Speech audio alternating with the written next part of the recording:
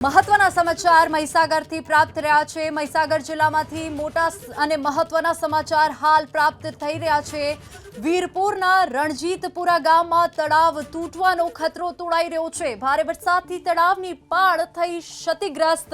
વીરપુર મામલતદાર તાલુકા વિકાસ અધિકારી ત્યાં પહોંચ્યા અને ઘટના સ્થળે પહોંચીને ત્યાં સ્થળનું નિરીક્ષણ પણ કર્યું। યોગ્ય સમારકામ કરવા માટે સૂચના આપી અને બાયડના રામસિંહ કંપા ઓઢા ગામને સતર્ક રહેવા ત્યાંના અધિકારીઓએ સૂચના આપી છે। કેટલાક જે ગામડાઓ છે તેની નજીક આવેલા છે ત્યાંના લોકોને સૂચના આપવામાં આવી છે, એલર્ટ રહેવાનું કીધું છે।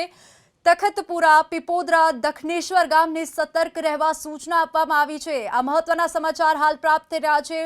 તળાવમાંથી પાણીનો નિકાલ કરવાની કામગીરી હાથ ધરાઈ છે।